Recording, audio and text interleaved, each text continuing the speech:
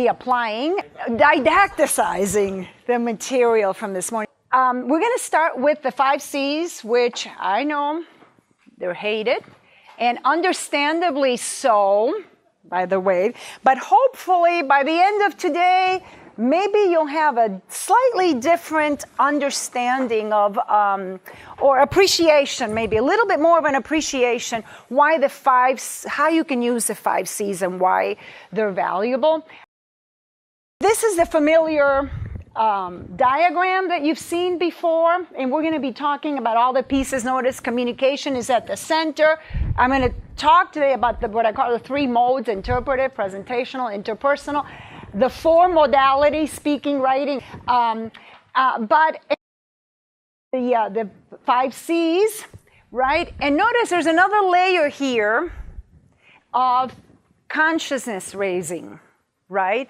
And what consciousness relates to is the development of what it says there. Consciousness are aware of the ways language and culture are linked to social hierarchies and relations of power and privilege. So going back to what we did this morning and what's in this chart, you can work with the 5 C's and kind of surround everything with this, in this package of consciousness raising, which is what we worked on this morning, right? So the very activities, normal activities that you do with your students, what I'm saying is the traditional activities that you have in your textbooks, if you can think about, well, how can I use them to raise consciousness about, issues of power, societal use, hierarchies, it's a good way to achieve the word that you said, a balance between teaching language and teaching about these other aspects that are very important in terms of making use of Spanish in the United States.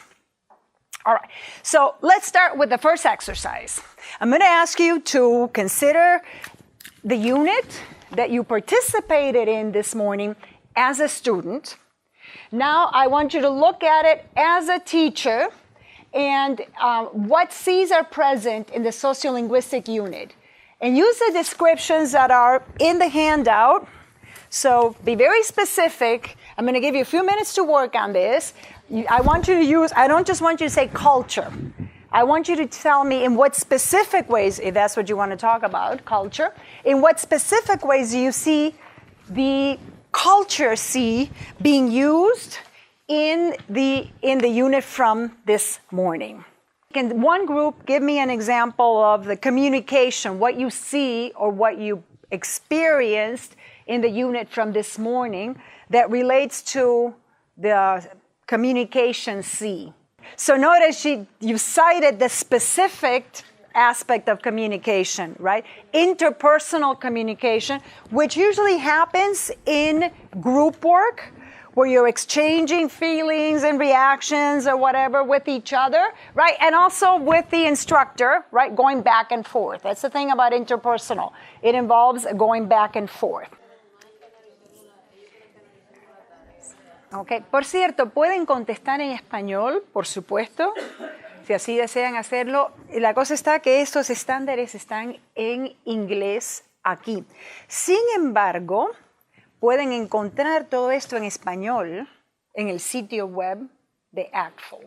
Y vamos a hablar más adelante, en unos minutos, del valor que pueda tener, el valor pedagógico que puedan tener estos documentos en español, porque existen en español. ¿Okay? Entonces, si prefieren hacerlo en español, bien. Si prefieren hacerlo en inglés, perfecto, ¿verdad? So we started with communication. Is that everybody's most common standard?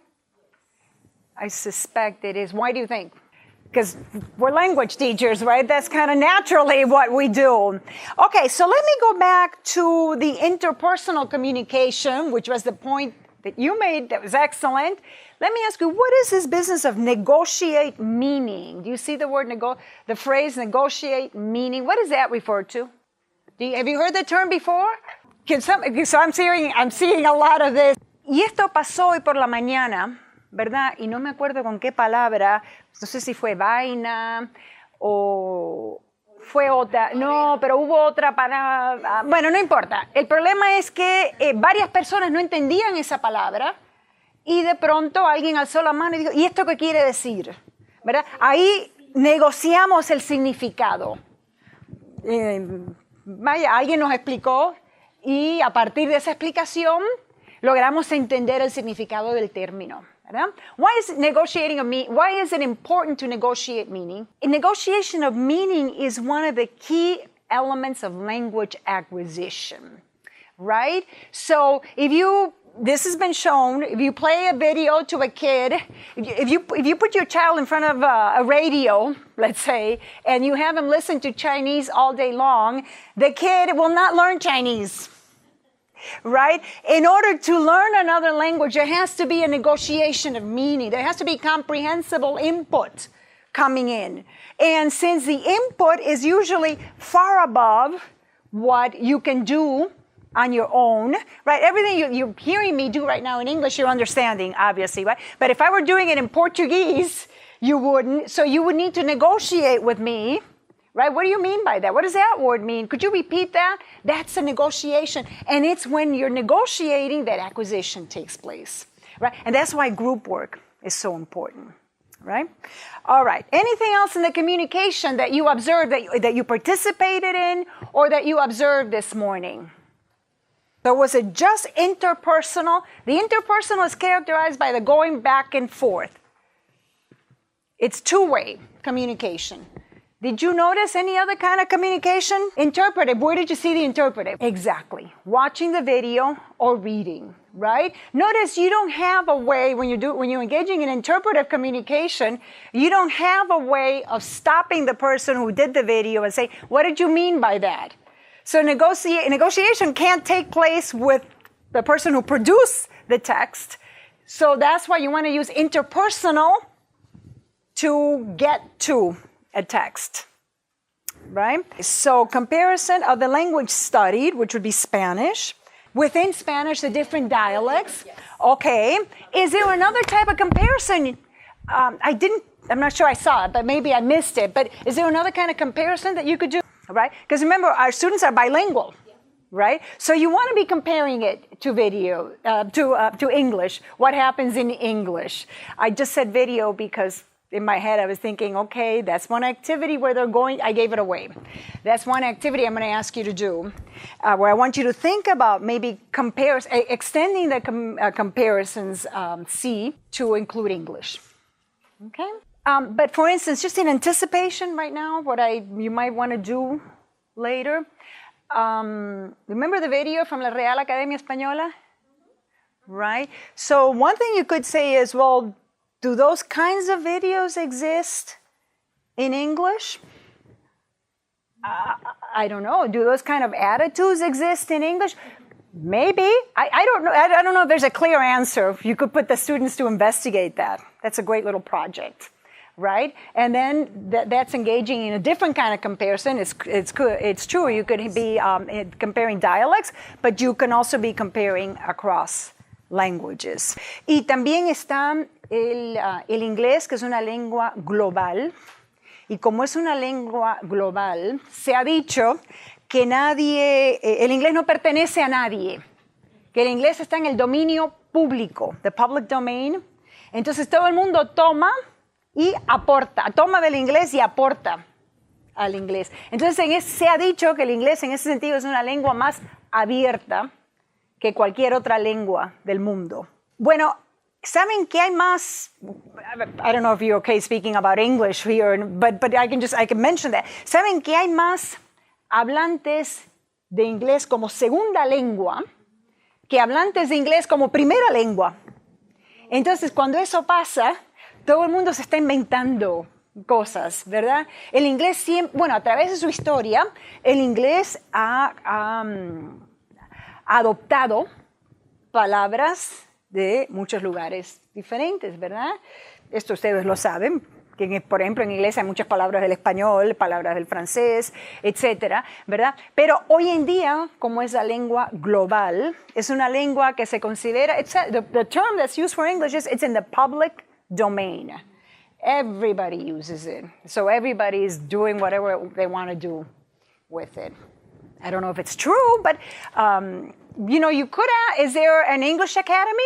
The equivalent of la Real Academia Española. ¿Hay algo así en inglés? So that's another interesting project. How come that never happened in English? These are all interesting questions your students might be interested in. It could be the basis of a project. Me encanta ver cómo han adaptado ustedes el comparison standard, ¿verdad? Lo han expandido. Perfecto, fantástico, porque esto se presta para trabajar con los heritage speakers. Notice that's not in there because the 5 C's were written to deal for second language learners of any other language, right? But when you're dealing with heritage language learners, that's a great comparison to make, which naturally would not be put in there when you're dealing with second language, because that's a preoccupation or a goal that comes in much later in the acquisition game. And with the dialectal comparisons, it's also something that we don't naturally do with second language learners because we're just so interested in getting the basics to them, right? We start with a standard. All right, now connections. So now let's read. Making connections, learners build, reinforce, and expand their knowledge of other disciplines. Notice my intonation change there, and stress, while using the language to develop critical thinking. Hoy en día se esperaba que al enseñar español también se revisara, se repasara lo que se estaba haciendo en otras materias, como las matemáticas, ¿verdad? Entonces eso también se presta a hacer conexiones, ¿verdad? What about this community lifelong learning? Specifically to that unit, to the unit. What aspect of lifelong learning do you think you might have developed? It was only one morning, right? So it's a very limited experience, right? But if you were to use a unit like this, what aspect of lifelong learning do you think was being developed in that unit? Que tenga como una postura más crítica de lo que es el lenguaje y cómo se usa el lenguaje en la sociedad, cómo representa jerarquías sociales y todo esto. Okay, so now I want to continue with this lifelong learning thing. And somebody, I think it was, I wish I could see the names, the name tags, because you said give them the tools. So, Lidia, okay, gracias, Lidia. So give them the tools. So what are those tools? How often do you have students say, I need to improve my Spanish? That's a pretty common statement, right? Does that kind of statement help much? No, right? So we want to work through, and also for us as instructors, right? We know we want to get the students to move up, but then, how do you do that? And what do we mean by up? Anyways, right? And this is where the ACTFL proficiency guidelines, the so dreaded ACTFL proficiency guidelines, are actually very helpful. They're guidelines for the 4 modalities: listening, speaking, writing, and reading, right? And the 3 modes of communication, which focus on function. The modes of communication ask the question, what can you do with language, right? That's why they're functionally based. And we have the interpersonal, we already talked about this, right? Person to person. The interpretive, where you're getting something and you have to interpret it, but you can't engage in a back and forth with the individual that produced the text, right? So that's reading or listening. And the presentational is one way, typically. If I'm giving a talk, you're not interrupting. This is not like that kind of thing. This is a workshop. So we're going back and forth, right? But that's a characteristic of traditional presentational mode. So this is what it looks like. So notice now, so we have the 5 C's. We're relating it. We talked about the 5 C's. Now we're going to relate it to interpretive, presentational, interpersonal, and then we're going to also do reading, writing, speaking. It gets complicated, right? But you see how it all has to come together. Let's look some more. Let's be more specific about that. All right. Now let's start out with intermediate. I asked you this morning why I want to start out by focusing on intermediate, the actual intermediate level. Why intermediate? Do you remember what the answer was to that? Most of our students are at intermediate, right? And within the intermediate range, you get low, mid, and high, right? Are all your students at the intermediate grade level? Not necessarily, right? So that's kind of the activity I'm going to ask you, what I'm going to ask you to think about. This is what intermediate speaking looks like. This is what you're trying to establish. This person is speaking, and this is an example of what an intermediate level student or speaker can do.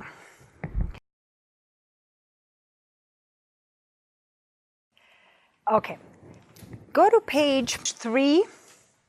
You see speaking. That's speaking at the intermediate level. Take a moment to read that, and I'm going to ask you, why is this an example of the intermediate level of speaking?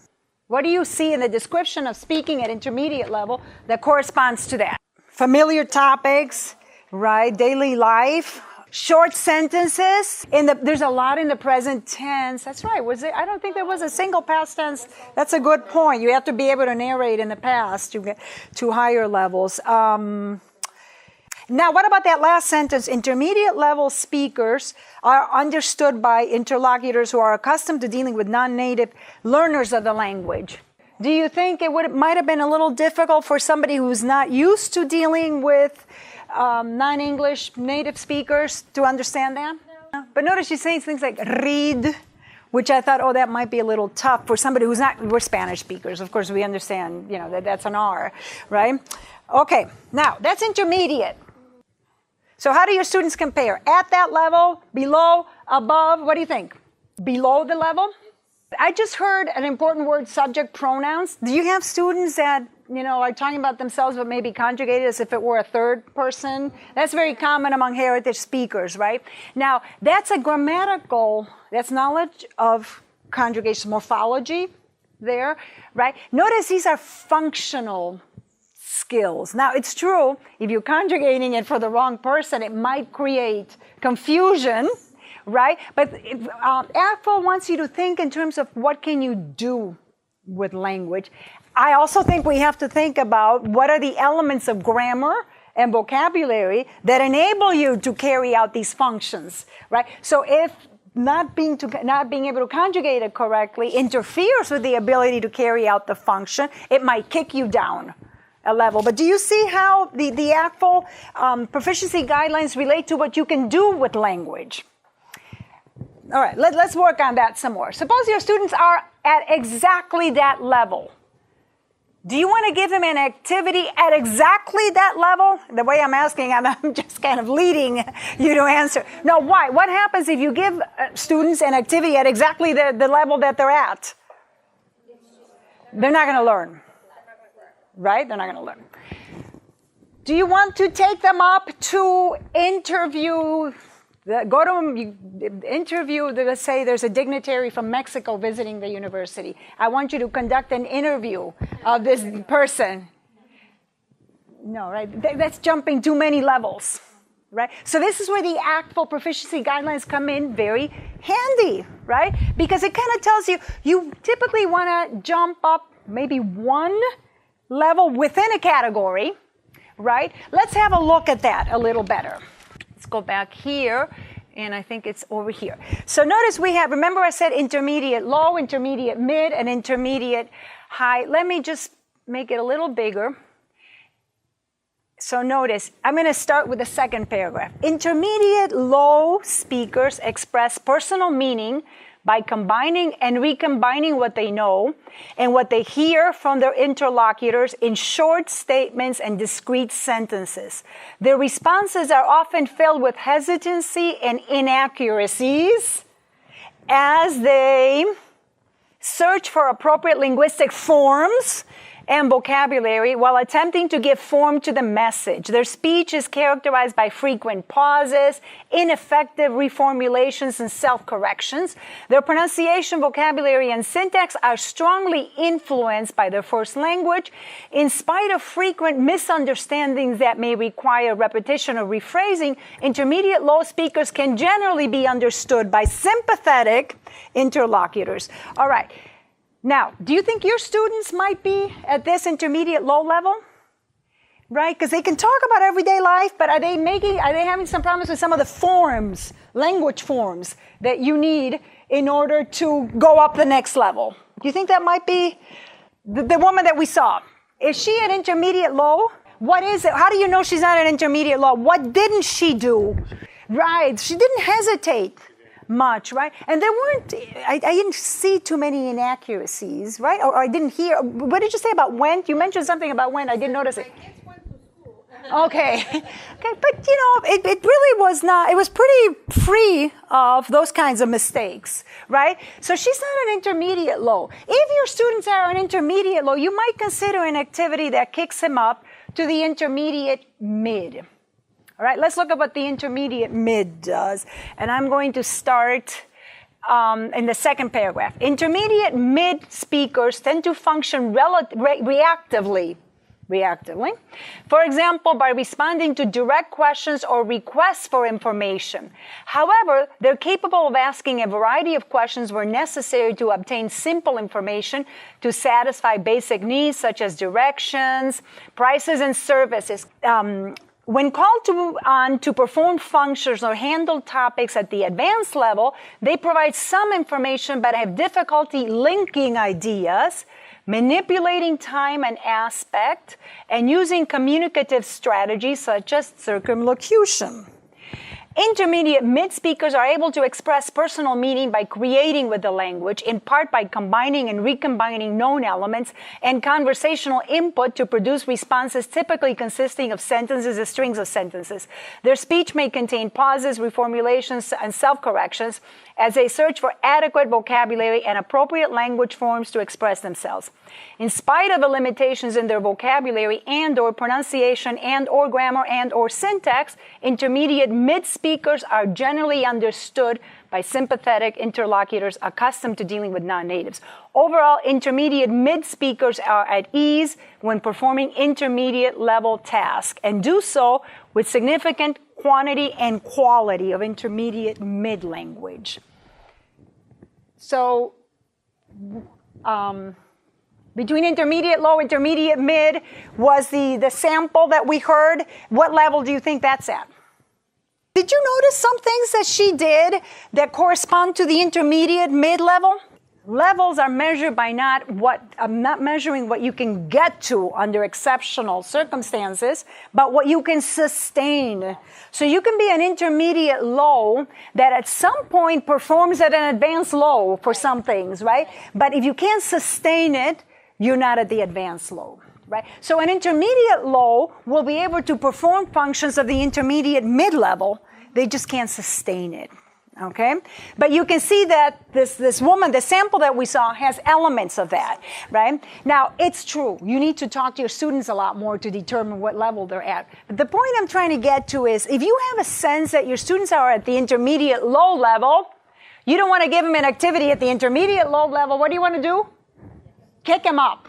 And how far is up? Well, depending on, how low is, you might want to go to intermediate mid or intermediate high, right? And the nice thing about the ACTFL proficiency guidelines is that it tells you what you want them to do, what's going to be challenging if you want them to move up a level. Let's look at intermediate high.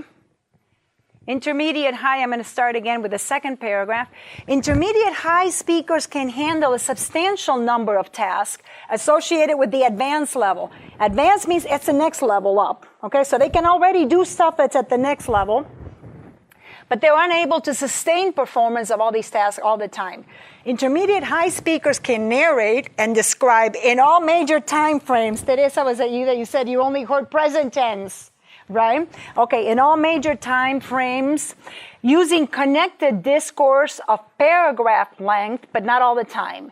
Typically, when intermediate high speakers attempt to perform advanced level tasks, their speech exhibits one or more features of breakdown, such as a failure to carry out fully the narration or description in the appropriate major time frame, an inability to maintain paragraph length discourse, or a reduction in breadth and appropriateness of vocabulary. Let me stop there. Was the woman at the intermediate high level? No, what didn't she do? Or what didn't you see her do? And she stayed in the present tense most of the time, right? So if you have a student like that, this might be what you aim for the next level. You see what I'm saying? Okay. Suppose you have planned an activity that involves interviewing someone for a project or a publication. How many of you have asked your students to interview somebody? First of all, if you're interviewing something, what is the mode of communication? Interpersonal, right? And so they're interviewing for a project or a publication, a school publication. What level do you think that is? What happens when you're interviewing? Yeah. There's a back and forth, right? COERLL tells us that that's an intermediate mid-level function. So if your students start out at intermediate low, that's one thing. You can aim for an activity like that because that kicks it up a level, but it's still manageable for them, right? Now notice this is interview, but now this is a slightly different activity. I can interview somebody about his or her professional interests and activities. What level do you think? Notice it's an interview, right? But now the topic has changed. And what level do you think that's going to be? Is it going to be, do you think it's higher? Let me see this. If you think it's the same, let me see this. Lower. Okay, on the count of 3. 1, 2, 3. Oh, somebody's saying lower. All right, let's see what COERLL tells us. Advanced low. Notice it's not intermediate mid. It's not intermediate high, but it's advanced low. Why would COERLL label this as an advanced low task? What's that? Right, the topic, right, the professional language is going to be much harder, right? And you're probably not likely to have as much background information as a project that you've been working on. Right? Let's keep going. Another interview. I can understand an interview with a famous person, such as a rock star, politician, or actor. Okay, let's see. Let's see what it is. Advanced mid. Why do you think COERLL would make this advanced mid? What is it that's different about this activity? So what's the mode of I can understand an interview? It's not interpersonal. Right? It's not interpersonal. It's interpretive. Can you stop the actor who's being interviewed and say, oh, I didn't understand that. Can you repeat? What does that word mean? No. So it's true, it involves listening, but it's a much harder act because there's no negotiation of meaning. Right? So don't be fooled by, oh, this is listening. Listening can be much harder because here there's no negotiation of meaning. So that's where the modes come in. Right? If it's interpersonal, like these two, it's easier than if it's not, right? If you can't stop it. Presentational in the case of the interview that you're watching, interpretive from your point of view, right? And even within the interpersonal, it depends on the topic, right? The background knowledge that students bring to the task. So a simple interview, how you construct an interview matters a lot, right? Let's do one more. I can write a persuasive communication. How many of you, I have done it a million times, have asked your students to write some persuasive piece? I agree or disagree with this or that other thing. It's very common, right? All right, what do you think the level is? Way high, right? Way high. So let's have a look. Distinguished. Distinguished is about as high as it gets. That's very hard. Now, of course, it depends on what you're asking them to do, and it depends on how much scaffolding you're giving them, how much language. Somebody said if you give them the questions ahead of time, well, I can give them the frames ahead of time. I can say, I disagree with this because one argument against that is X, all right? Although this is true, there's this other. So if you give them the frames and they just fill in the elements, it might be a little easier, but to really create a persuasive communication, you have to be at the distinguished level. That's as high as it gets. Okay, that's higher and superior. Okay, so when you're asking them to do that, think about how much scaffolding you're doing and where they're starting from. All right, where am I getting all this stuff? From the can-do statements. What are those? Have you ever heard of the can-do statements? The can-do statements are fantastic. The can-do statements, you can download them. Just type in COERLL can-do statements. They're fantastic. Let me show you how they work. Let me skip. Let's go to novice mid, intermediate mid, which is where we are. Now, this is interpersonal communication. Notice what it tells you.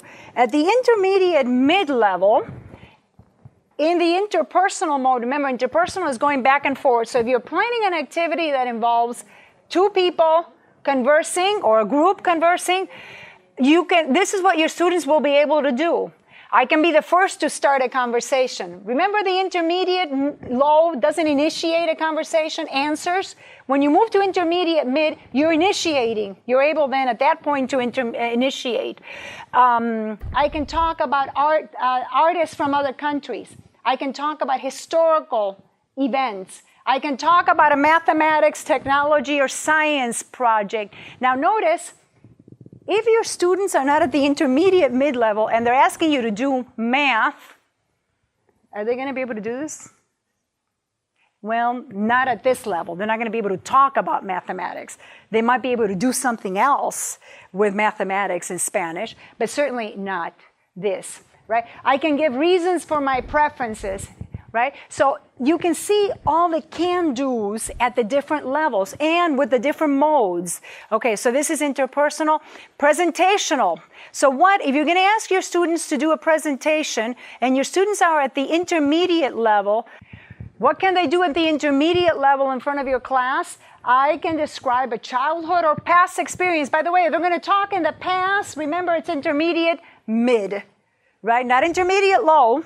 They're not going to get those forms. They're not going to be able to do it spontaneously. They might be able to write it up ahead of time and memorize it. That's fine. Then it's a performance. It's fine.